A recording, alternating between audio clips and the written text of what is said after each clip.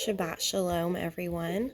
Let's go ahead and get into prayer. We got a lot to go over, so let's just go ahead and get to it. Yahweh, Most High, we humbly come before you on this Shabbat to fellowship and gain a full understanding of your truth. We ask that you lead this study in your Ruach Abba. We thank Yahusha for making it possible that we can come back to you. And he is a true example to follow in how to love. Make your remnant worthy as he is worthy. Instruct us in your righteousness, and teach us patience and selflessness and devotion. Refine us into faithful servants. Guard us under your wing, that we may not depart to the right hand or the left, but we stay on your narrow way. Praise Yahweh the Most High. He has performed many wondrous works, and his loving kindness is immeasurable. We love you, Yahweh. In Yahusha's name we pray. Amen. All right. Shabbat Shalom, everyone. Welcome to Torah Truth Fellowship of Yahusha. I am your host, Brianna, and this is part 2 of the Enoch series. Last week, during part 1, we covered Enoch chapters 1 through 6 in the Cepher, and 1 through 5 in what I have dubbed the standard version. And once again, I will link the online version of the Book of Enoch for those who would like to follow along but don't have a copy of Enoch. Last week, we discussed who the Book of Enoch is for, and we began discussing the day of Yahweh and his vengeance and what that is going to be like. This week, we're going to be covering chapters 7 through 9 in the Cepher and 6 through 9 in the standard version. We are going to be discussing the fallen angels, giants, also known as the Nephaliym, and Satan. And before we get started, I wanted to announce that if you entered into my free book giveaway, we will be announcing the winner for that tonight. So stay tuned for the Torah portion to find out who the lucky winner is. And let's go ahead and get started, you guys. Beginning in chapter 7. In the Cepher. Chapter 6 in the standard version, we're going to go ahead and go over the first 2 lines. Enoch 7, lines 1 through 2. It happened after the sons of men multiplied in those days, that daughters were born to them, elegant and beautiful. And when the watchers, the sons of heaven, beheld them, they became enamored of them, saying to each other, Come, let us select for ourselves women from the progeny of men, and let us beget children. Okay. So this is where a lot of people like to say that this was not the angels who fell. They say the angels falling from heaven and begetting giants is not true. But we even talk about this in the book of Genesis. Genesis 6, lines 1 through 2.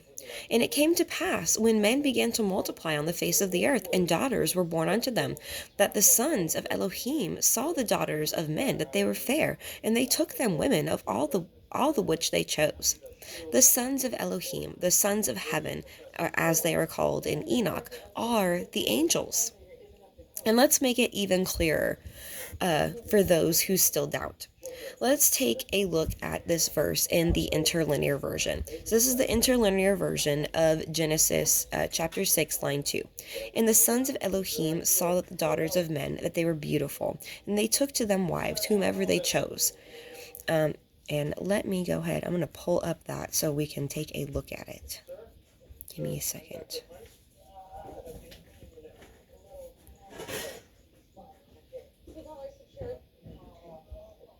Was that Genesis 6:2?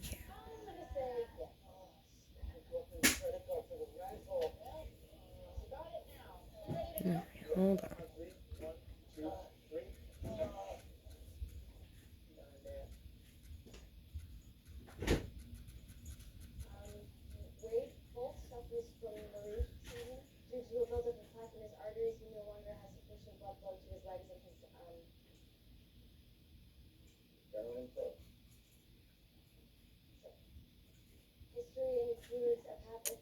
Where's it at?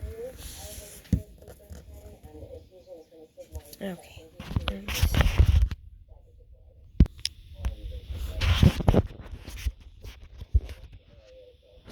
All right. We see this word right here. Let's click on it.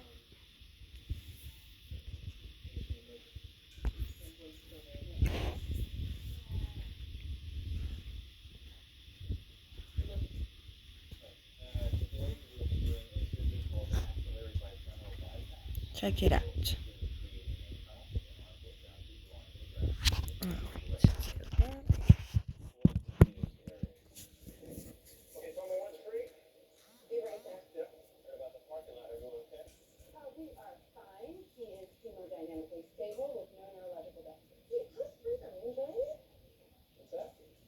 Okay, so now we are also going to look at this verse in the Septuagint and the Targums. So this is the Septuagint, Genesis 6, lines 1 through 2. And it came to pass, when men began to be numerous upon the earth, and daughters were born to them, that the sons of Elohim, having seen the daughters of men, they were beautiful, took to themselves wives of all whom they chose. And then the Targums, Genesis 6, 1 through 2, says, And when it was the sons of men began to multiply upon the face of the earth, and fair daughters were born to them, and the sons of the great saw that the daughters of men were beautiful, and painted, and curled, walking with revelation of the flesh, and with imaginations of wickedness, that they took them wives of all who pleased them. This is talking about the fallen angels. Remember, when Satan fell, he took 1/3 of the angels with him. 1/3 of the stars that fall in the book of Revelation are the angels who followed Satan when he fell. All right. Reading the book of Enoch is going to help us understand that better. And now we're going to look at the book of Job. Job 1, lines 6 through 7. Now there was a day when the sons of Elohim came to present themselves before Yahweh, and Satan came also among them. And Yahweh said unto Satan, From whence came you? And then Satan answered Yahweh and said, From going to and fro in the earth, and from walking up and down it. So here we see in the book of Job that at this time, Satan is still loose and running to and fro in the earth. He is bound here, and he cannot return to heaven anymore. And a lot of people say, well, what about Revelation? The biggest thing to understand about the book of Revelation is that the Revelation is not written in order. It doesn't happen in the order that you read the book. The order kind of jumps around a little bit. But no, that's another topic for another time. Now, real quick, I want to show you what we read in Job, but in the interlinear version. And once again, we see the sons of Elohim. So, and I'm not going to pull that up. But if you want to, go ahead and look up, what was that? Job 1, 6 through 7 in the interlinear version. And you will see it also says, the sons of Elohim. And Satan came before the Most High. And what is interesting is in every instance, the word used for the sons when referring to these fallen angels is the Hebrew word bane, which means son. It also means afflicted, aliens. It references to the Babylonians and the Assyrians. It means exiles, men of a low degree, those who are doomed, wicked, unfortunate. So by definition, they are being called the bane of Elohim, and it's not a good thing. Like, I know most of you guys know the expression, the bane of my existence. So, where was I? All right, so let's get a little bit of a background on Enoch, shall we? We are going to look at the book of Jubilees now. Jubilees 4, lines 15 through 22. And in the 2nd week of the 10th Jubilee, Mahalalel took unto him to be his woman Dinah, the daughter of Barachiel, the daughter of his father's brother. And she bore him a son in the 3rd week in the 6th year, and he called his name Yered. For in his days the angels of Yahweh descended on the earth, those who are named the Watchers, that they should instruct the children of men, and that they should do judgment and uprightness in the earth. And in the 11th Jubilee, Yered took himself a woman, and her name was Baraka, the daughter of Rasujah, a daughter of his father's brother, in the 4th week of this Jubilee. And she bore him a son in the 5th week, in the 4th year of the Jubilee, and called his name Hanok. And he was the first among men who are born on the earth, who learned writing and knowledge and wisdom, and who wrote down the signs of heaven according to the order of their months in a Cepher, that men might know the seasons of the years according to the order of their separate months. And he was the first to write a testimony, and he testified to the sons of men among the generations of the earth, and recounted the weeks of jubilees, and made known to them the days of the years, and set in order the months, and recounted the Shabbats of the years, as we made them known to him. And What was and what will be he saw in a vision of his sleep, as it will happen to the children of men throughout their generations until the day of judgment. He saw and understood everything, and wrote his testimony, and placed his testimony on the earth for all the children of men for their generations. And in the 12th Jubilee, and in the 7th week thereof, he took himself a woman, and her name was Edna, the daughter of Daniel, the daughter of his father's brother. And in the 6th year of this week she bore him a son, and he called his name Methuselah. And he was moreover with the angels of Elohim these 6 jubilees of years, and they showed him everything which is on the earth and in the heavens, the rule of the sun, and he wrote down everything. And he testified to the watchers who had sinned with the daughters of men, for these had begun to unite themselves so as to be defiled with the daughters of men, and Hanok testified against them all. So we see during the time of Jared, the angels that were known at that time as the Watchers descended to the earth. And their original purpose here before they fell was to instruct the children and to be judges, to make sure that they were living uprightly. But they were overcome with lust, which ultimately led to their fall. And later down the line, we see that Enoch is born, and he is the first among men to learn writing and wisdom and knowledge. And he recorded all of this knowledge and wisdom in a Cepher, a book. And he testified against the fallen watchers as well. Now let's take a look at the book of Jasher.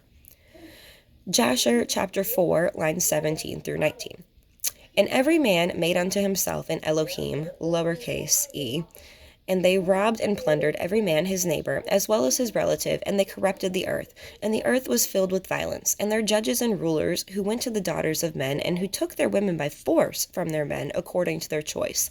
And the sons of men in those days took from the cattle of the earth, the beasts of the field, and the fowls of the air, and taught the mixture of animals, one species with another, in order therewith to provoke Yahweh. And Elohim saw the whole earth, and it was corrupt, for all flesh had corrupted its ways upon the earth, all men and all animals. And Yahweh said, I will blot out man that I create from the face of the earth, yea, from man to the birds of the air, together with the cattle and the beasts that are in the field, for I repent that I made them. And then in Jubilees 5, lines 1 through 7.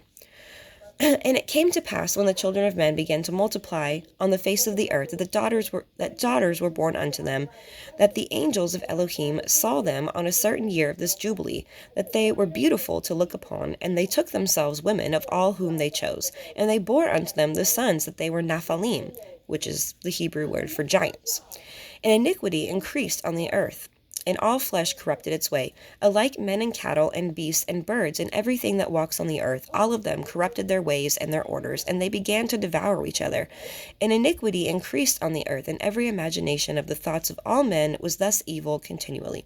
And Elohim looked upon the earth, and behold, it was corrupt, and all flesh had corrupted its orders, and all that were upon the earth had wrought in all manner evil before his eyes. And he said that he would destroy man and all flesh upon the face of the earth which he had created. But Noah, found grace before the eyes of Yahweh. And against the angels whom he had sent upon the earth, he was exceedingly wroth, and he gave commandment to root them out of all their dominion. And he bade us to bind them in the depths of the earth. And behold, they are bound in the midst of them, and are kept separate.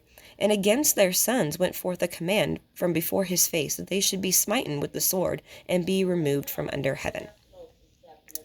So this is where we learned that the fallen angels are bound to the earth. And we are going to get more into that soon.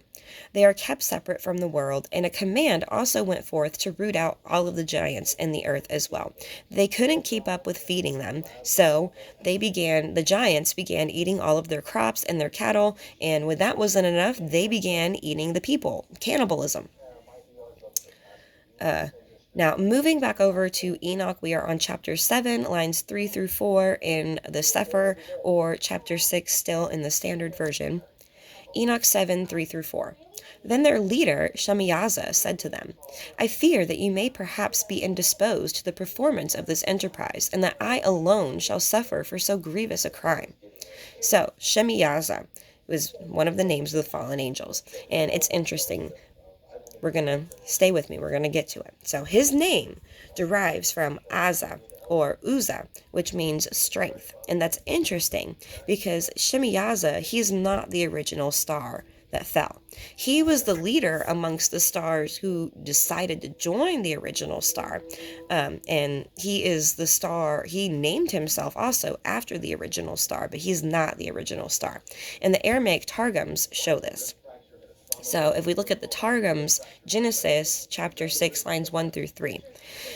And it was when the sons of men began to multiply upon the face of the earth, and fair daughters were born to them. And the sons of the great saw that the daughters of men were beautiful and painted and curled, walking with the revelation of flesh and with the imaginations of wickedness, that they took them wives of all who pleased them.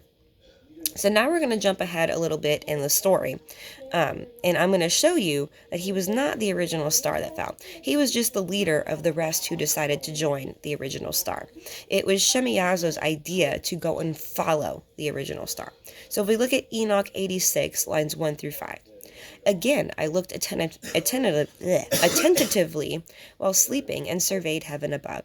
And behold, a single star fell from heaven, which being raised up, ate and fed among those cows. After that I perceived other large and black cows, and behold, all of them changed their stalls and pastures, while their young began to lament one with another. Again I looked in my vision and surveyed heaven, and behold, when I saw many stars which descended and projected themselves from heaven to where was the first star, into the midst of those young ones, while the cows were with them feeding in the midst of them. So Enoch has a dream, and the Most High shows him the fall of the original star, and then the fall of the stars that came after him. The first star fell and deceived man, Eve. And then the other stars decided to follow him, and they came down and they mated with women. And then after that, more stars came. And then their children were lamenting over it. And then we're going to skip ahead a little bit again, and we're going to look now at Enoch 40, line 7. The fourth voice I heard, expelling the impious angels and prohibiting them from entering into the presence of Yahweh Sabaoth to accuse the inhabitants of the earth. So this is Satan and his fallen angels, who are not allowed back into heaven anymore. And we can actually parallel this with what I'm saying in the book of Revelation. And we're going to get to that eventually. Not quite yet. First, we are going to look at Luke chapter 10, line 18. And he said unto them, I beheld Satan as lightning fall from heaven. So Satan fell as lightning from heaven. Just keep that thought in your head. Enoch 46, line 1 in the standard version is what we're going to look at, or in the Cepher, it is Enoch 44, 1. Another thing also I saw respecting splendor, that it rises out of the stars and becomes splendor, being incapable of forsaking them. And then we're going to see in Revelation 12, line 8 through 9. And prevailed not, neither was their place found any more in heaven. And the great dragon was cast out, that old serpent called the devil, and Satan, which deceives the whole world. He was cast out into the earth, and his angels were cast out with him. So next we are going to read from the apocryphal book of First Adam and Eve. These scrolls of writings were actually found in Egypt, and the original manuscript was written in Arabic, and then it was translated into Ethiopian and then English. Is it scripture? Yeah, that's for you to decide for yourself. It's still pretty interesting what this book says. First Adam and Eve, chapter 6, line 7. But the wicked Satan, who continued not in his first estate, nor kept his faith, in whom was no good intent towards me, and who though I had created him, yet set me at naught, set me at nothing, and sought the Godhead, so that I hurled him down from heaven. He it is who made the tree appear pleasant in your eyes, until you ate of it by hearkening to him. So, we are emotional beings, brothers and sisters, and Satan knows this, and he uses it to our advantage. He preys on your emotions, and he can even influence your emotions. He can infiltrate your brain, and he can influence your thoughts as well, which is exactly what he did to Adam and Eve. Jubilees 10, line 1 through 11. Give me just a moment.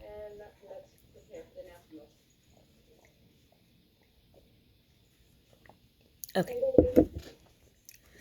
And in the third week of this Jubilee, the unclean devils began to lead astray the children the children of the sons of Noah, and began to make air and destroy them. And the sons of Noah came to Noah their father, and told him concerning the devils which were leading astray and blinding and slaying his sons.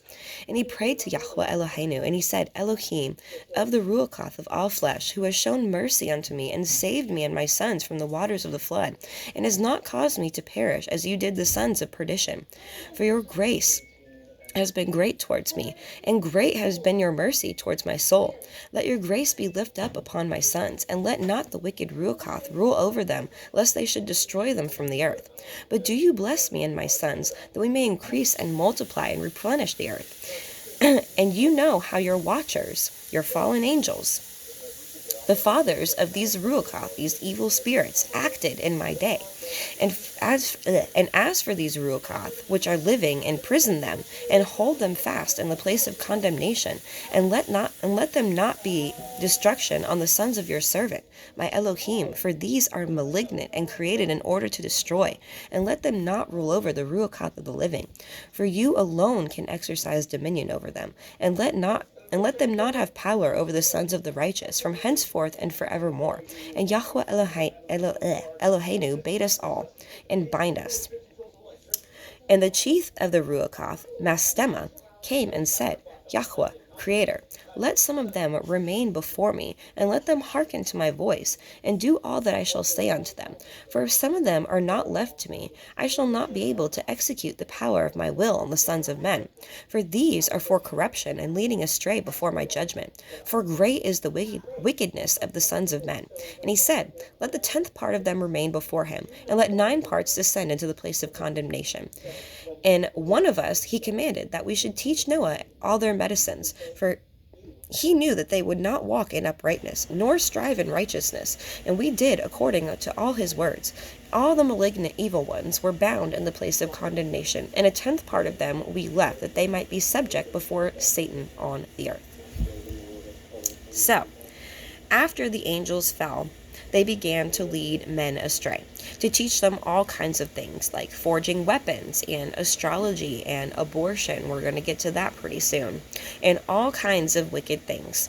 And the sons of Noah came to Noah, and they told him all that has befallen them and their sons, the wickedness that was going on, the Nephaliym and the giants destroying them and their lands. And Noah said a prayer, and he made a petition for them, to not allow Satan to have power over them and to destroy them. He called the watchers the fathers of these evil spirits, the Nephaliym. And they acted back in Noah's day as well. And as for the evil spirits who are living, the giants, imprison them and hold them in the place of condemnation. They are malignant and created to destroy. No good can come from them. Do not let them rule over the living, and do not let them have power over the righteous. So Yahweh took the fallen angels, and he bound them. And their chief, Mastema, said to Yahweh, O Yahweh, Creator, leave some of them to me, the evil spirits, that they may hearken to my voice, and do all that I say unto them. Because if some aren't left to me, then I cannot do my will upon the sons of men, for corruption and leading them astray before judgment. And Mastema is Satan. Satan goes by many names: Aza'zel, Shemiy'aza, Lucifer, Belial, Baal, Baphomet, Angel of Light, Son of the Morning Star, the Beast of Revelation, the Dragon, the Serpent. The list goes on and on and on. Mastema means the angels of disaster, the father of all evil, and a flatterer of Yahweh. And flatterer in Hebrew, which is Strong's Hebrew number 6601, patha, it means to entice or allure or deceive, persuade. And what is Satan? He is the deceiver, the accuser, who loves to tempt Yahweh and accuse everyone but himself, the father of all evil. John 8:44, ye are of your father the devil, and the lusts of your father ye will do. He was a murderer from the beginning, and abode not in the truth, because there is no truth in him. When he speaks a lie, he speaks of his own, for he is a liar and the father of it. So, Yahweh allowed 1/10 of them to stay, and 9 parts departed to condemnation. And then Noah was taught the art of apothecary and all about medicine, and the knowledge was given to him to write down, because Yahweh knew that the children would not walk in uprightness. So the malignant evil ones are bound in condemnation, and 1/10 part were left to be servants of Satan upon the earth. Enoch 53 lines 3 through 55. Enoch 55 lines 3 through 4 in the standard version. In the Cepher is Enoch 55 lines 4 through 5. Afterwards, according to this my decree, when I shall be disposed to seize them beforehand, by the instrumentality of angels, in the day of affliction and trouble, my wrath and punishment shall remain upon them. My punishment and my wrath, says Elohim Yahweh Sebaoth. O you kings, you mighty, who inhabit the world, you shall behold my elect one, sitting upon the throne of my glory, and he shall judge Aza'zel and all his associates, and all his hosts in the name of Yahweh Sebaoth. Yahweh's elect one, Yahushua HaMashiach, shall judge Aza'zel and his associates. Aza'zel is the first fallen one. And what is even more interesting is on Yom Kippur, back in the temple sacrifice days, the priests, they were to take one goat out and sacrifice it. And the other goat, called the scapegoat, or Aza'zel, had all the sins of the children symbolically laid upon it, and it was released back into the wilderness. The word for scapegoat in Hebrew is Aza'zel. And we're going to talk more about Aza'zel in just a minute. Matthew 25:41. Then shall he say also unto them on the left hand, Depart from me, you cursed, into everlasting fire, prepared for the devil and his angels. In Enoch 9, lines 6 through 7 in the standard version. In the Cepher, it is Enoch 9, 5 through 6. You have seen what Aza'zel has done, how he has taught every species of iniquity upon the earth, and has disclosed to the world all the secret things which are done in the heavens. Shemiy'aza also has taught sorcery, to whom you have given authority over those who are associated with them. They have gone together to the daughters of men, and have lain with them, and have become polluted. And then Enoch 13, 1 through 5 in the standard version, 1 through 6 in the Cepher. Then Hanok, passing on, said to Aza'zel, You shall not obtain peace. A great sentence is gone forth against you. He shall bind you. Neither shall relief, mercy, and supplication be yours, on account of the oppression which you have taught, and on account of every act of blasphemy, tyranny, and sin which you have discovered to the children of men. Then, departing from him, I spoke to them all together, and they all became terrified and trembled, beseeching me to write for them a memorial of supplication, that they might obtain forgiveness, that I might make the memorial of their prayer ascend up before the Elohim of heaven, because they could not themselves thenceforward address him, nor raise up their eyes to heaven on account of the disgraceful offense for which they were judged. They sinned, and they immediately wanted to ask for forgiveness. Why? Because they know that the Most High is merciful, but he was not merciful to these angels, and we're going to learn why in just a minute. Jude 1, line 6. And the angels, which did not guard their first estate, but left their own habitation, he has reserved in everlasting chains under the darkness unto the day of judgment of the great day, or unto the judgment of the great day. Why didn't the Most High give them forgiveness? Because they knew better. They knew better than to do what they did, and they did it anyways because they thought that they would be forgiven. 2 Peter 2, lines 4 and lines 20 through 22. For if Elohim spared not the angels that sinned, but cast them down to Sheol, and delivered them into the chains of darkness to be watched unto the judgment of anguish. For if after they have escaped the pollutions of the world through the knowledge of the Adonai and the Savior, Yahushua HaMashiach, they are again entangled therein and overcome, the latter end is worse with them than the beginning. For it had been better for them to have not known the way of righteousness, than after they have known it, to turn back from the holy commandment delivered unto them. But it has happened unto them according to the true proverb, the dog is turned to his own vomit again, and the sow that was washed to her wallowing in the mire. These angels knew better. They knew the Torah. They knew the commandments. They knew the secrets of heaven. And they knew better to do what they did, and they knew the consequences, and they did so anyways. And once you come into the knowledge of the truth, brothers and sisters, we must be careful to guard what it says. It is better to live a life of ignorance than it is to understand the truth and then transgress against it. If he didn't spare his own angels, make no mistake, he will not spare you neither. Hebrews 10:26. For if we sin willfully after that which we have received the knowledge of the truth, there remains no more sacrifice for sins. Ezekiel 28, lines 12 through 18. Son of Adam, take up a lamentation upon the king of Soar, and say unto him, Thus says Adonai Yahweh, You seal up the sum, full of wisdom, and perfected in beauty. You have been in Eden, the garden of Elohim. Every precious stone was your covering, the sardius, topaz, and the diamond, the beryl, the onyx, and the jasper, the sapphire, the emerald, and the carbuncle, and gold. The workmanship of your tabrets and of your pipes was prepared in you in the day that you were created. You are the anointed keruv, which is a cherub, that covers, and I have set you so. You are upon the holy mountain of Elohim. You have walked up and down in the midst of the stones of fire. You were perfect in your ways from the day that you were created, till iniquity was found in you. By the multitude of your merchandise they have filled the midst of you with violence, and you have sinned. Therefore I will cast you as profane out of the mountain of Elohim, and I will destroy you, O covering keruv, from the midst of the stones of fire. Your heart was lifted up because of your beauty. You have corrupted your wisdom by reason of your brightness.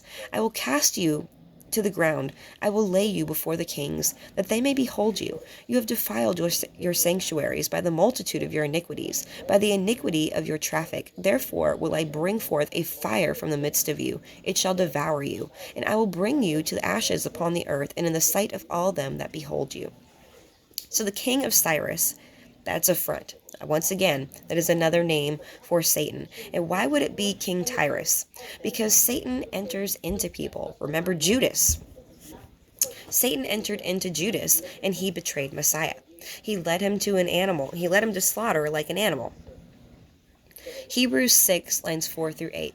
For it is impossible for those who were once enlightened and have tasted of the heavenly gift and were made partakers of the Ruach HaKodesh and have tasted the good word of Elohim and the powers of the world to come, if they shall fall away, to renew them again unto repentance, seeing that they execute again to themselves the Son of Elohim, and put him to an open shame. For the earth which drinks in the rain that comes upon it, and brings forth herbs, meat for them by whom it is dressed, receives blessing from Elohim. But that which bears thorns and briars is rejected, and is nigh unto cursing, whose end is to be burned. It is impossible for those who have come to true repentance. And when I say true repentance, I mean you have got down on your knees and you have begged for forgiveness. You have laid it all out there, all your sins and all the sins of your ancestors too. Remember the generational curses, brothers and sisters. That is a very real thing. You have lamented and been truly grieved over your sins. You must be truly sorry, or it doesn't mean crap. What is Paul referencing here?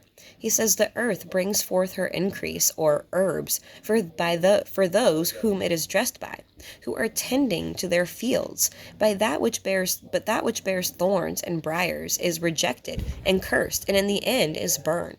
What is Paul referencing to here? Once again, brothers and sisters, this is why it is so important to know and understand the front half of the book, because Paul is referencing Psalms 1 through 4. Blessed is the man that walks not in the counsel of the wicked, nor stands in the way of sinners, nor sits in the seat of the scornful. But his delight is in the Torah of Yahweh, and in his Torah he meditates day and night. He shall be like a tree planted by the rivers of water, that brings forth his fruit in his season. His leaf also shall not wither, and whatsoever he does shall prosper.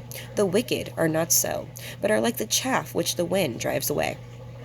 And again, we're going to quote from the book of 1 Adam and Eve. So 1 Adam and Eve, chapter 13, lines 1 through 9, and then also lines 13 through 20. Then when Yahweh, who is merciful and full of pity, heard Adam's voice, he said unto him, O Adam, so long as the good angel was obedient to me, a bright light rested on him, and on his hosts, his other angels. But when he transgressed my commandment, I deprived him of that bright nature, and he became dark. And when he went, remember, Yahweh creates both. He created light, and he created darkness. So, when Satan transgressed, he took that brightness from him and made him dark. And when he was in the heavens, in the realms of light, he knew not of darkness. But he transgressed, and I made him fall from heaven upon the earth. And it was this darkness that came upon him. And on thee, O Adam, while in my garden, and obedient to me, did that bright light rest also. But when I heard of thy transgression, I deprived thee of that bright light.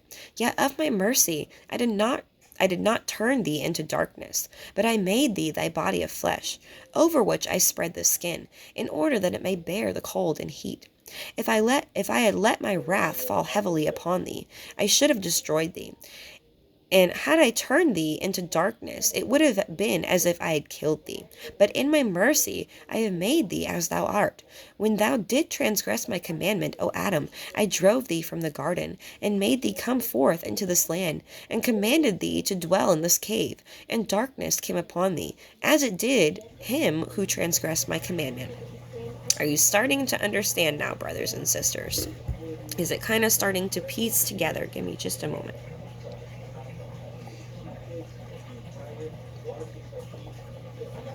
All right. Enoch 15, lines 1 through 7. Then, addressing me, he spoke and said, Hear, neither be afraid, O righteous Enoch, you scribe of righteousness, approach hither and hear my voice. Go, say to the watchers of heaven, who have sent you to pray for them, you ought to pray for men, and not men for you.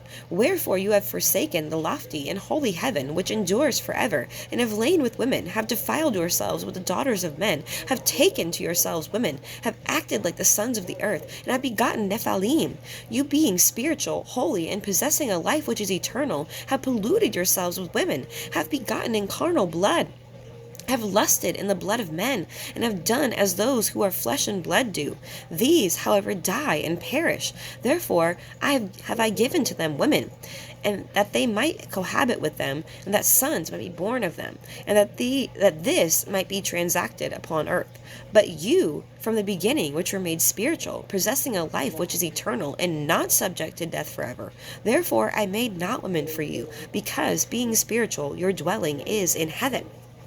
And Messiah Yahusha is the only person to ever make reference to this scripture right here.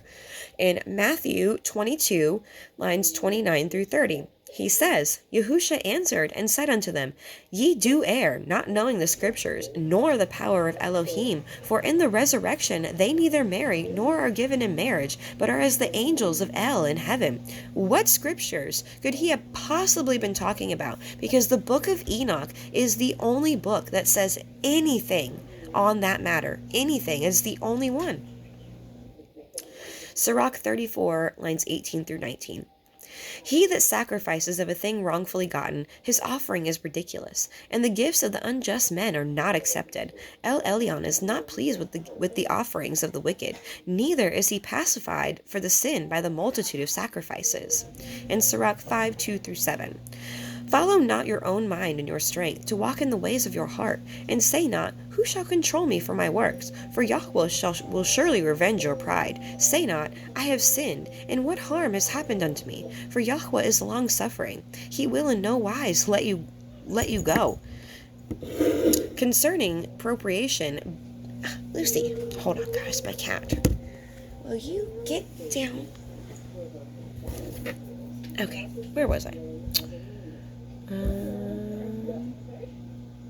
Concerning appropriation, be not without fear to add sin unto sin, and say not his mercy is great. He will be pacified for the multitudes of my sins. For mercy and wrath come from him, and his indignation rests upon sinners.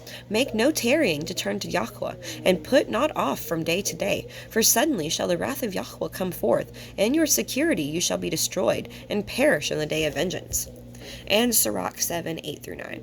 Bind not one sin upon another, for in one you shall not be unpunished. Say not, Elohim will look upon the multitude of my oblations, and when I offer to El Elyon, he will accept it. All right, let's go ahead and finish up chapter 7. We're going to go ahead and read the rest of 7 all the way through. And for those reading in the standard version, we are going to be finishing chapter 6 and moving into 7. All right, so Enoch 7, 5 through 15. But they answered him and said, we all swear and bind ourselves by mutual excretions that we will not change our intention, but execute our projected undertaking.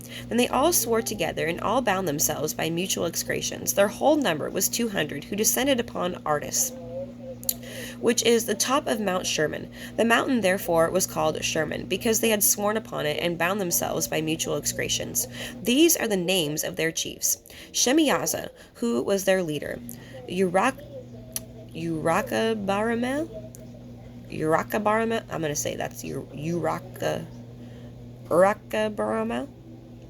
Akibel, Tamiel, Ramuel, Daniel, Azkiel, Saraknyal,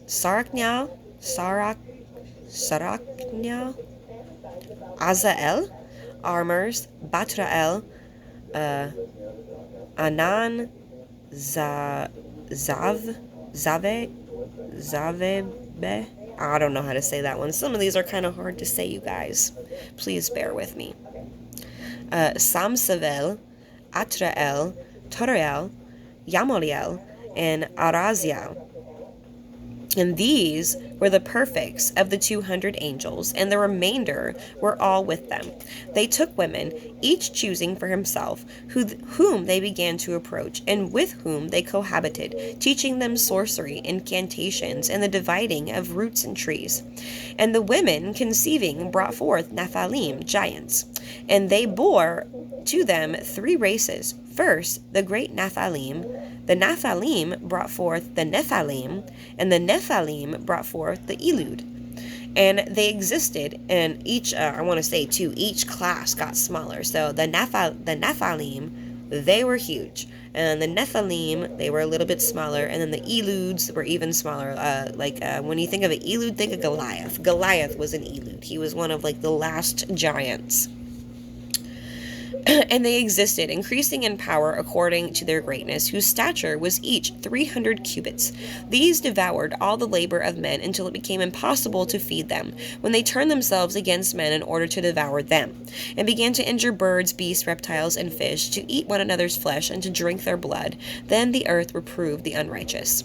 So, the giants got smaller and smaller over time, like I said, because they weren't mating with angels anymore, so the blood became less and less pure, and they began to shrink in size. But let's take a look quickly at how tall they were when they first emerged. How tall did it say it was? 300 cubits? Let's type that into Google, and let's see how tall something is that is 300 cubits. Let's check that out.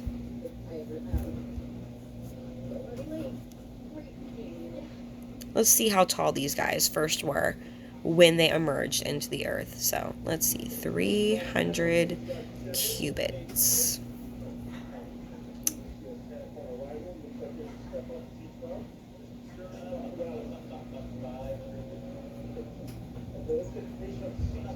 Well, I want to see a comparison next to a man.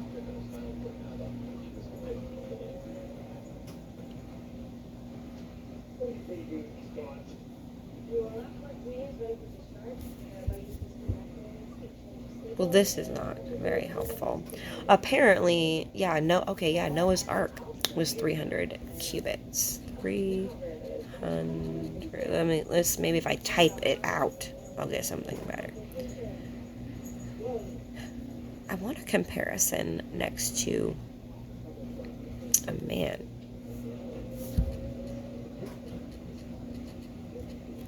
There we go. Let's try 300 cubits versus man.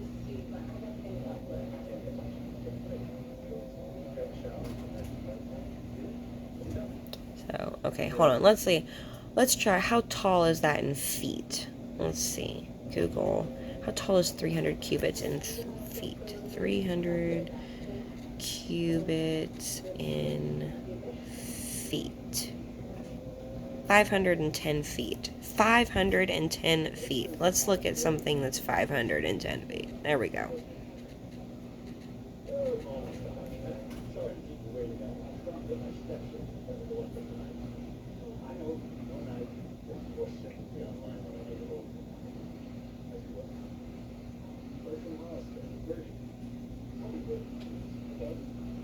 All right, here we go. All right, that's a good reference. So, the arch in Missouri is 630 feet. Let's see, what's the closest thing we got here? The Washington Monument. I'm not sure what the Ark Encounter in Kentucky is. The Washington Monument is about the closest thing I can personally point out. That's a little taller than the giants were when they first emerged. Think of the Washington Monument, and that's a little bit shorter is how tall the giants were when they first emerged on the earth. Crazy. Okay. Okay, so I want to go over, back to Enoch, I want to go over line 11, which is actually line 2 of chapter 7 in the standard version. Let's read that over again. Enoch 7:11. And the women conceiving brought forth Nephaliym, and they bore to them 3 races. First, the great Nephaliym, and the Nephaliym brought forth Nephaliym, and the Nephaliym brought forth the Elud. And they existed, increasing in power according to their greatness. Now, a lot of people argue that the giants didn't exist, but I am here to tell you that they did. Not only has there been actual historical evidence of giants that have been dug up, but there are other scriptures that confirm their existence as well. And I was going to show some pictures of the giant skeletons they've dug up, but do your homework and look that up for yourself. For time's sake, I'm not going to show that. And let's have a look at some other scriptures where they confirm the existence of giants. Numbers 13, lines 32 through 33. And they brought up an evil report of the land which they had searched unto the children of Yasharel, saying, the land the which we have gone to search it, it is a land that eats up the inhabitants thereof, and all the people that we saw in it are men of a great stature. And there we saw the Nephaliym, the sons of Enoch, which come of the Nephaliym, the Nephaliym. And we were in our own sight as grasshoppers, so we were in their sight. And then Amos 2, lines 9 through 10. Yet destroyed I the Emori before them, whose height was like the height of the cedars, and he was strong as the oaks. Yet I destroyed his fruit from above, and his roots from beneath. And I brought you up from the land of Mitzrayim, and led you 40 years to the wilderness to possess the land of the Emori. Yahweh rooted out the giants, who were compared to the height of cedars. Now that is something I am going to show you. Let's look at how tall a cedar tree is. Have you ever seen a cedar tree? Let's check it out.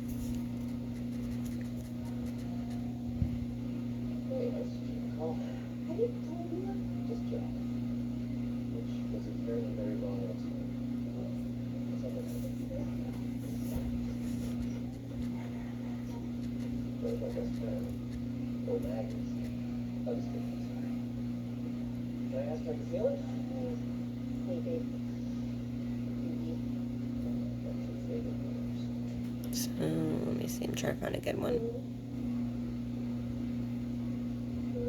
That's a pretty good one.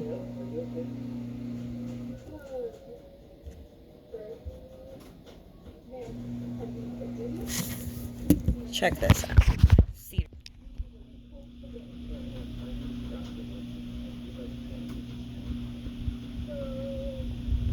Huge.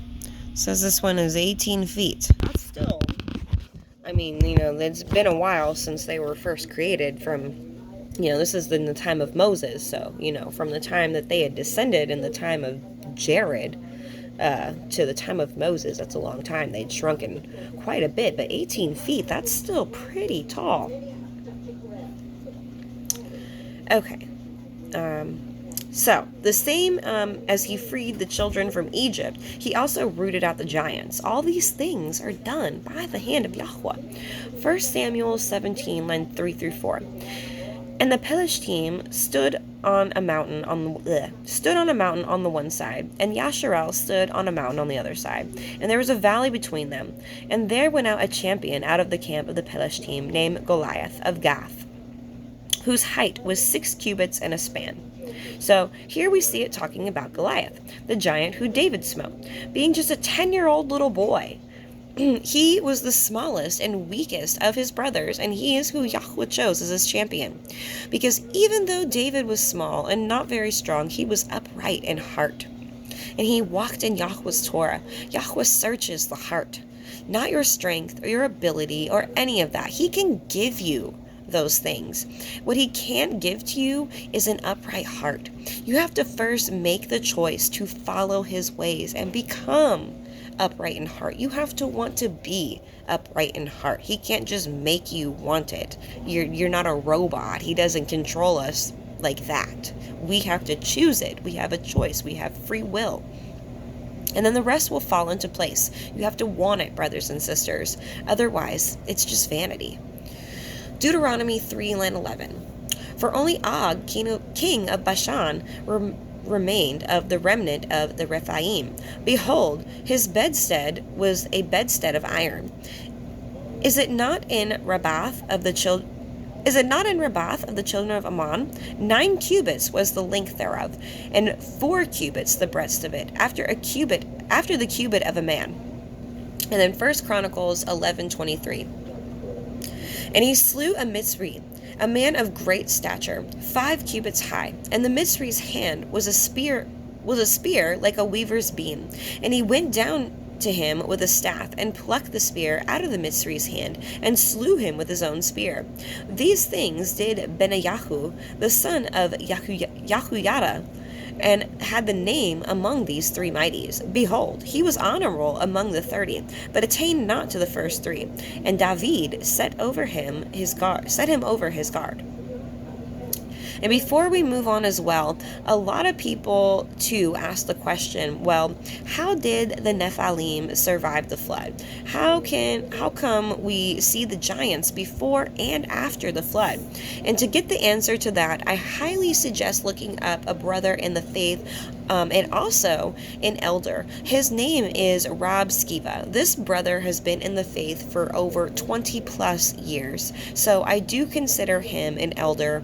And Brother Rob has a video on YouTube explaining this. It's called Defending the Book of Enoch, the Pre- and Post-Flood Nephaliym. Very good information. And I will leave the link down below in the description for you guys if you want to check that out. All right, now we're moving forward to chapter 8, or wrapping up chapter 7 for those in the standard version. This chapter is pretty short, so we're just going to read the whole thing, and then I'm going to circle back, and we're going to discuss line 1. So, actually, I lied. We're just reading 1 through 9. Sorry, we're just going to read 1 through 9 right now.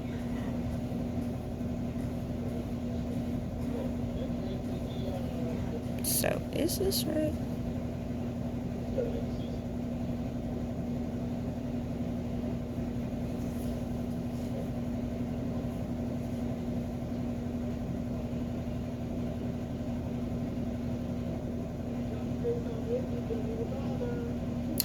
I think it is only 9 lines. Let me see. Hold on. I gotta make sure I didn't put a typo in here. Sorry, guys. Just give me one moment. Let's just take a second. Let me see. Enoch, we're on chapter 8. Oh, yeah, it is only 9 lines. Okay. I lied. No, we are reading the whole chapter.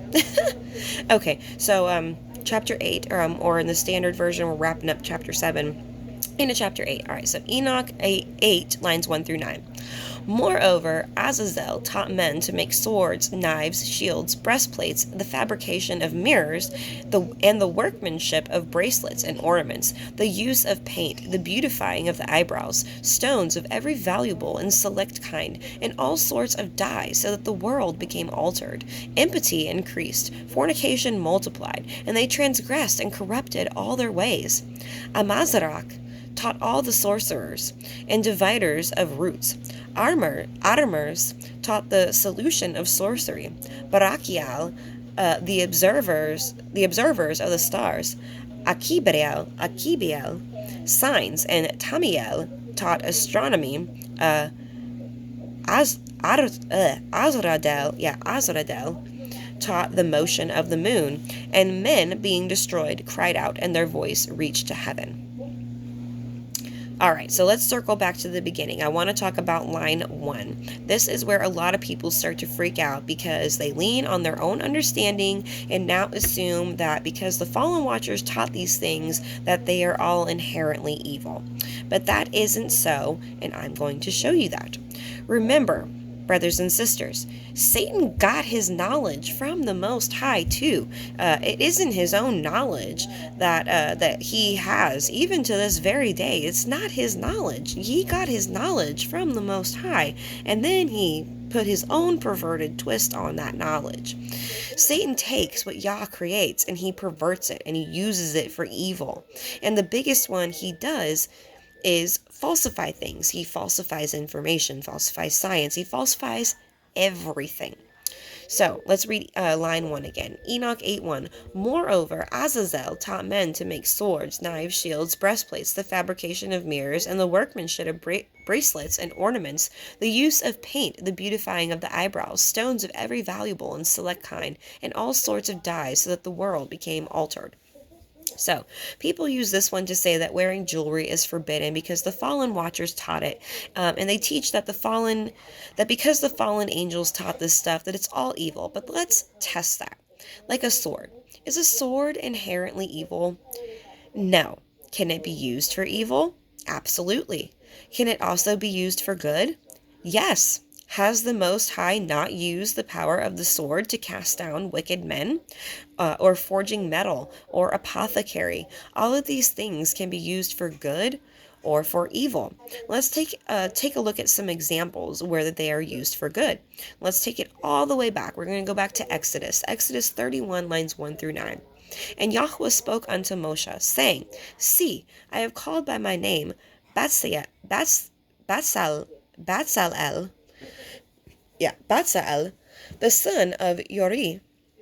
the son of Hori, of the tribe of Yehudah, and I have filled him with the Ruach Elohim in wisdom and in understanding and in knowledge, in all manner of workmanship, to devise cunning works, to work in gold and in silver and in brass, and in cutting of stones, to set them, and in carving of timber, to work in all manner of workmanship. And I, behold, I have given with him Aholiab, the son of Achihamach, of the tribe of Dan, and in the hearts of all that are wise-hearted I have put wisdom, that they may make all that I have commanded you, the tabernacle of the assembly, and the ark of the testimony, and the mercy seat that is thereupon, and all the furniture of the tabernacle, and the table and his furniture, and the pure menorah with all his furniture, and the altar of incense, and the altar of the ascending smoke offering with all his furniture, and the laver in his foot, and the cloths of service, and the holy garments for Aaron the priest, and the garments of his sons to minister in the priest's office. So here we see the Most High give Moses instructions to build the tabernacle, and he tells Moses to go meet with the man that he gave the spiritual wisdom to devise the workmanship of gold and silver and brass. And he made all kinds of things. He made the breastplate with the 12 tribes on it, all the 12 stones. He made all kinds of stuff. He made the censers and the menorah, and he made everything for the tabernacle. Ezekiel 16, lines 1 through 17. Again, the word of Yahweh came unto me, saying, Son of Adam, cause Yerushalayim to know her abominations, and say, Thus says Adonai Yahweh unto Yerushalayim, Your birth and your nativity is in the land of Canaan.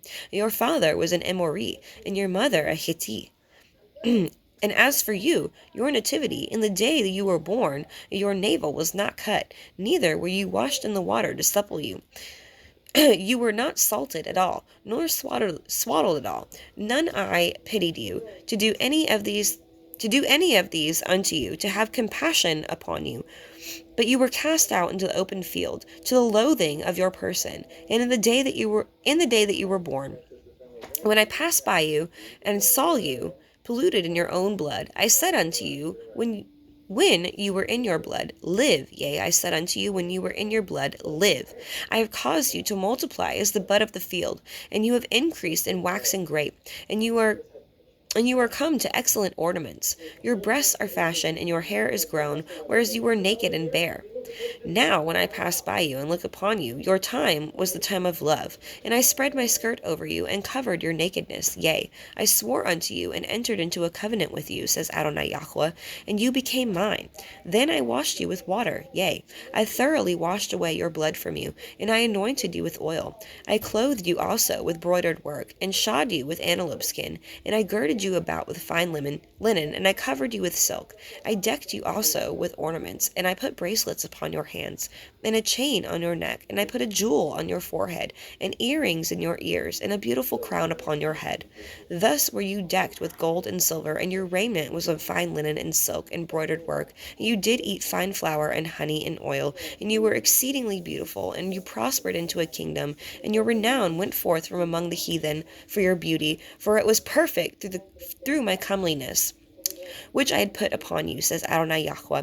But you trusted in your own beauty, and played the harlot because of your renown, and poured out your fornications on everyone that passed by. His it was, and of your garments you did take, and you decked your high places with diverse colors, and played the harlot thereupon. The like things shall not come, neither shall it be so. You have also taken your fair jewels of my gold and of my silver, which I have given you, and you made to yourself images of men, and committed whoredom with them. Give me just a moment, brothers and sisters. Okay, sorry about that. So the beginning of this that I just read in Ezekiel is actually better explained in the book of Jasher, and we're actually going to be talking about that a little bit more in our Torah portion this evening, so stay tuned for that. So anyways, the children really did this. They really did cast their children out into the field, and they left them there to fend for themselves. This is when Pharaoh was afflicting them and killing the firstborn, or not the firstborn, he was just killing all the male children. So they threw them out there to fend for themselves, and Yahweh, he sustained them. He gave them food and water until they grew up strong. Yahweh saw that they did this thing, and he had compassion on the babes. Yahweh washed the blood off of them and clothed them in fine linen, and he gave them bracelets and chains on their necks, and jewels on their foreheads, and earrings in their ears, and a crown upon their head. And they were decked with gold and silver and fine linen, and he gave them all these beautiful things. And then they grew, and they turned around, and they melted these things down, and they made graven images with them, which Yahweh hates. It is adultery, breaking your vow, breaking the second commandment. So, is jewelry a bad thing? No. Can you be led astray for the love of those things, though? Yes, absolutely, you sure can. It is lust that leads to our corruption. It is okay to like things, brothers and sisters. We can like things. It is okay to like jewelry. We are allowed to like it. We are allowed to think that it is beautiful and pretty. What we aren't allowed to do is obsess over it, to love it so much that we would do anything to have it, or love it so much that it's never enough. You never have enough of it. You always want more. See, lust is the gateway to other sins because it is our love, our desire of things that causes us to err in other ways, like becoming greedy. You love something so much that no amount of it is ever enough. It never satisfies you enough. You always need more. One sin leads to another, brothers and sisters. And let's talk about a few other things that are not inherently bad, but could potentially lead you astray if allowed to. 1 Peter 3, lines 3 through 4. Whose adorning, let it not be outward adorning of pleating of the hair, and of wearing of gold, or of putting on of apparel, but let it be the hidden man of the heart, in that which is not corruptible, even the ornament of a meek and quiet ruach, which is in the sight of Elohim of great price. So here we talk about, it's talking about styling the hair, or pleating, which I'm going to assume is braiding your hair. But it also shows how if you become vain, these things can cause you to miss your mark, to miss the point of all of this entirely. Because in this world, people take class very seriously, like your societal class. Like the more jewelry you wear, and the more gold you wear, and the nicer your hair is, and the nicer the clothes are that you wear, the more you seem to be respected in this backwards world that we live in. Even though all of those people are vain and conceited and greedy. You know who does not respect those people? Yahweh. Yahweh has no respect of any person's. He does not care how rich you are. He doesn't care if you're king or queen or how much jewelry you wear. None of that. You know what he cares about? He cares about what's in your heart. Does your heart desire him? Does your heart serve his ways? Do you have a servant's heart? That is ultimately what matters the most to him. Isaiah 49:18. Lift up your eyes round about and behold, all these gather themselves together and come to you. As I live, says Yahweh, you shall surely clothe you with them all, as with an ornament, and bind them on you as a bride does. And then 2 Kings 9:30. And when Yahu was come to Yisrael, Jezebel heard of it, and she painted her face and tied her hair and looked out a window. Here's a great example of makeup being used to lead men astray. By who? None other than Jezebel. And not much has changed in this day either. Let me say something, ladies. A little bit of makeup is okay. Makeup was designed to accentuate your beauty, bring it out a little bit more. It was not designed to cover it up and then create a whole new face, which we see a lot nowadays. Women put on makeup and they look absolutely nothing like themselves. It's deceiving, and it is a strategy to entice men. But if you have the conviction to just stay away from it altogether, that's okay too. That's your choice. That's fine. As you can see, I very seldomly wear makeup. You might see me on Facebook from time to time with my makeup done, but it is a very rare occasion. I hardly ever wear makeup anymore.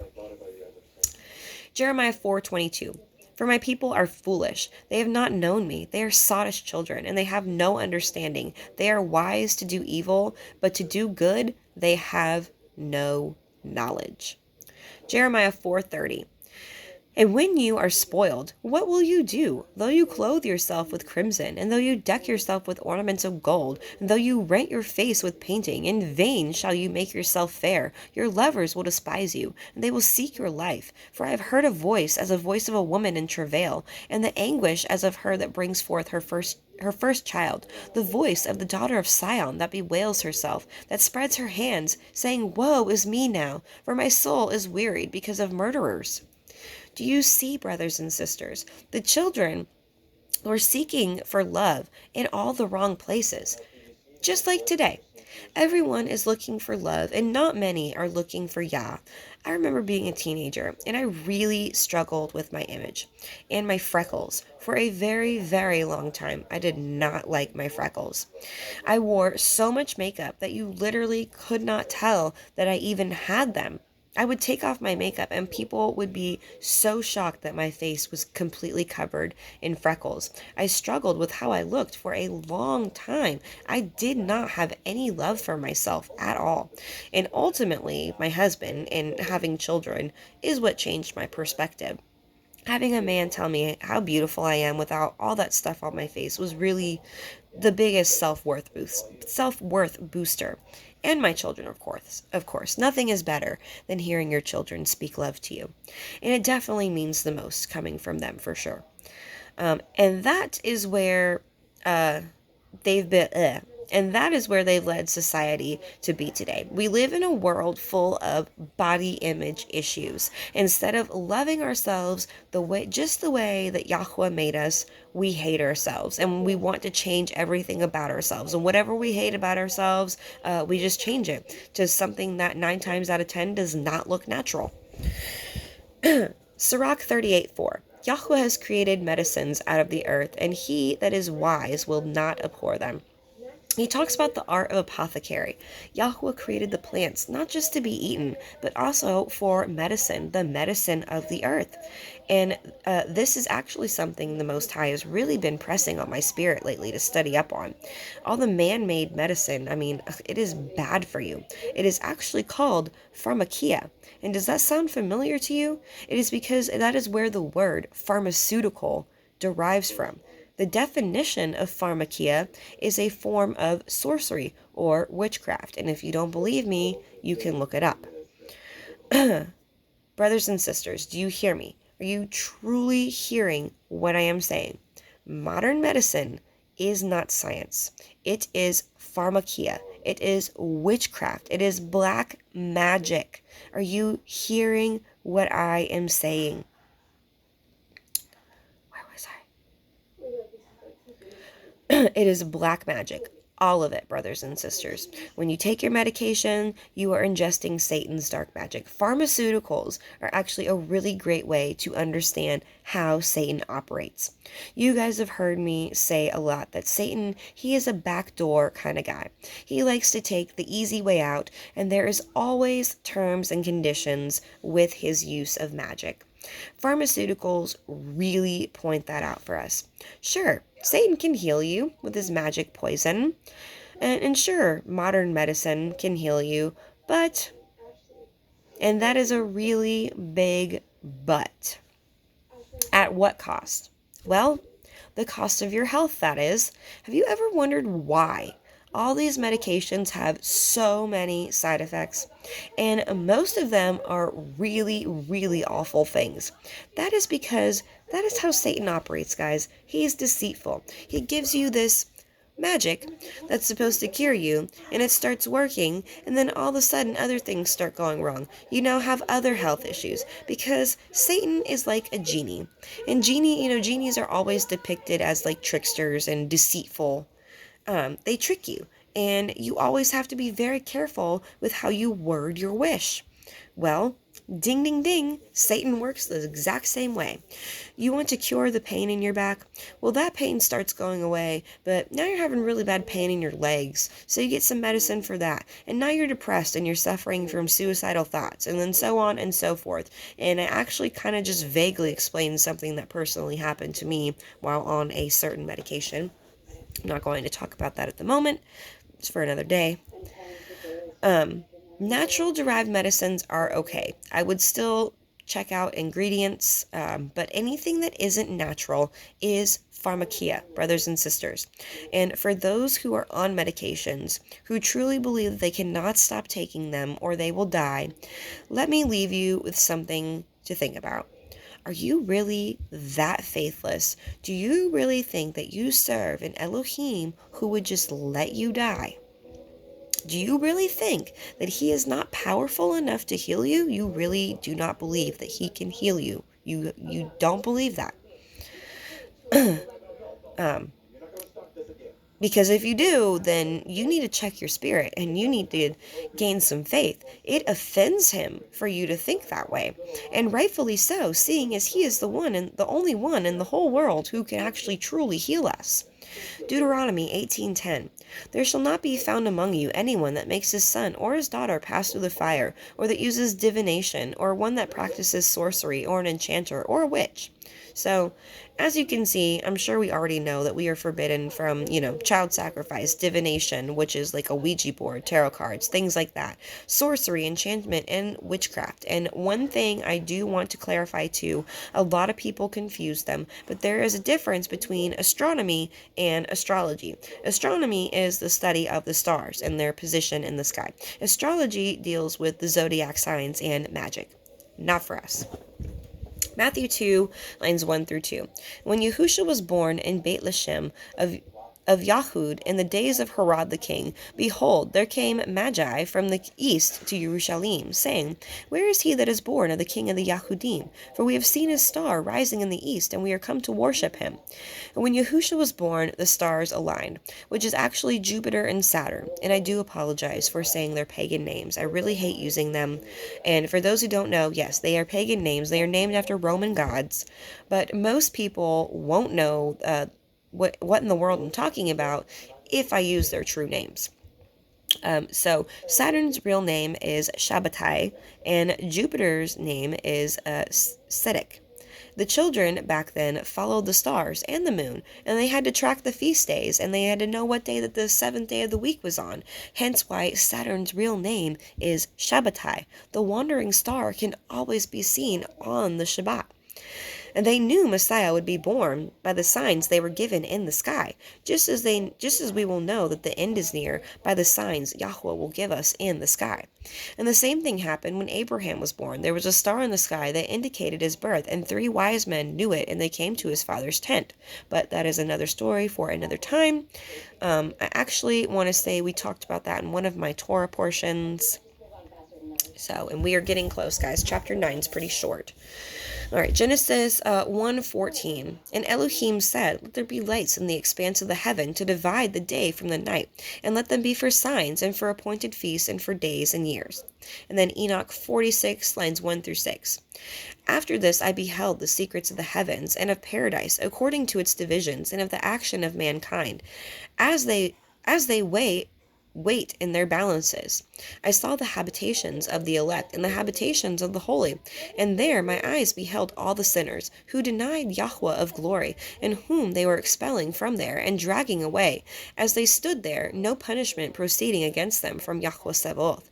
There too my eyes beheld the secrets of the lightning and the thunder, and the secrets of the wind, and how they are distributed, and how they blow over the earth. The secrets of the winds, of the dew, and of the clouds. There I perceived the place from which they issued forth, and became saturated with the dust of the earth. There I saw the wooden receptacles, out of which the winds became separated, the receptacle of hail, the receptacle of snow, and the receptacle of the clouds, and the cloud itself, which continued over the earth before the world. I beheld also the receptacles of the moon, whence they came, whither they proceeded, their glorious return, and how one became more splendid than another. I marked their rich progress, and their unchangeable progress, and disunited and undiminished progress, their observance of a mutual fidelity by a stable oath. The sun goes out first and completes its journey in obedience to the command of Yahweh Sebaoth. Potent is his name forever and ever. After this, the path that both concealed and manifested the moon, as well as the progress of its path, there completed by day and by night, while each one with another looked towards Yahweh Sebaoth, magnifying and praising without cessation, since praise to them is rest. For in the splendid sun there is frequent conversation to blessing and malediction. The course of the moon's path to the righteous is light, but to sinners it is darkness. In the name of Yahweh Sebaoth, who created a division between light and darkness, and separating the Ruachath of men, strengthened the Ruachath of the righteous in the name of his own righteousness. All right. Finally, we are on to chapter 9, which is very short. This is going to go by pretty quickly. We're just going to go ahead and read the whole thing. I really didn't have many notes here at all. So, Enoch 9, lines 1 through 14. Then Michael and Gavriel and Raphael and Suriel and Uriel looked down from heaven and saw the quantity of blood which was shed on the earth, and of all the iniquity which was done upon it, and said one to another the voice of their cries. The earth deprived has cried even to the gate of heaven. And now to you, O Holy One of heaven, the souls of men complain, saying, Bring judgment to us from El Elyon. Then they say to their Adonai, the King, Adonai ha-Adonim, Elohai ha-Elohim, Melech ha-Melechim. And the throne of your glory,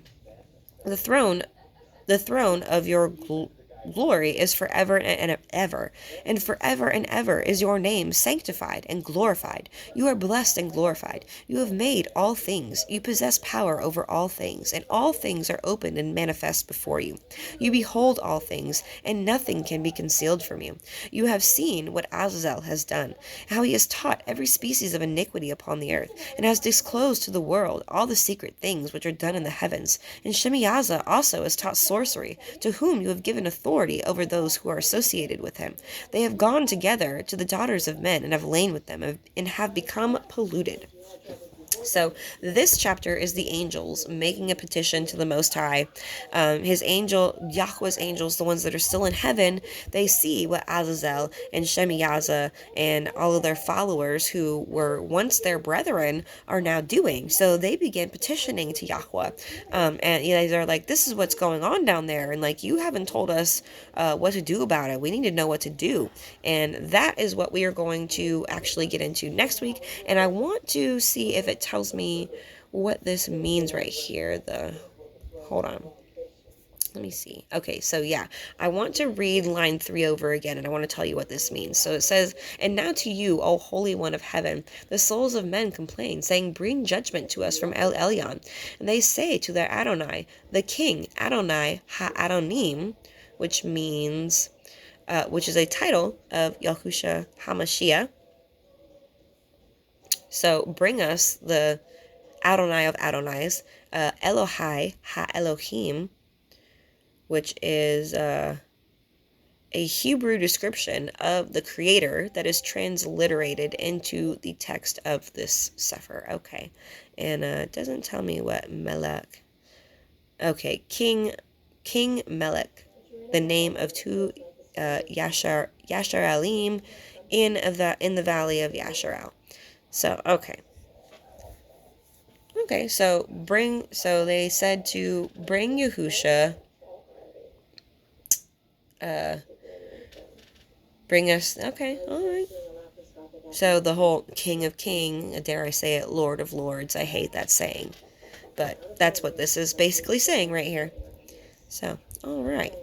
That is pretty interesting. All right, so that wraps this up for today, guys. Don't forget to stay tuned for the Torah portion, especially if you entered into my free book giveaway. We will be announcing the winner tonight at the end of the Torah portion, and I'm super duper excited to give this book away. And let's go ahead and end this with a prayer, brothers and sisters. Yahweh, how wonderful is your knowledge, and how filling for the soul it is. It is like water on our lips and bread in our bellies. All glory is yours, Yahweh. You do all these things. You give knowledge and strength and courage and wisdom. And you also confound and scatter and destroy. And I pray that I am worthy to be called a faithful servant. And I pray that my viewers may find the same salvation. Guide us in your instruction, Yahweh. Correct us by your word. Open the eyes of the blind and the ears of the deaf. And send your Son, Yahusha, to redeem their spirit and to give them the comfort of your set-apart spirit, Abba. Wake your children up, Yahweh. Time is running short, and our eyes are on you. We love you. Hallelujah. In Yahusha's name we pray. Amen. All right, brothers and sisters, if you're sticking with me for the Torah portion, I will see you there. Don't forget, if you're in the book giveaway, stay tuned till the end of that to see if you are the lucky winner. If you're not sticking with me, I'll see you next week. Enjoy the rest of your Shabbat and Shalom.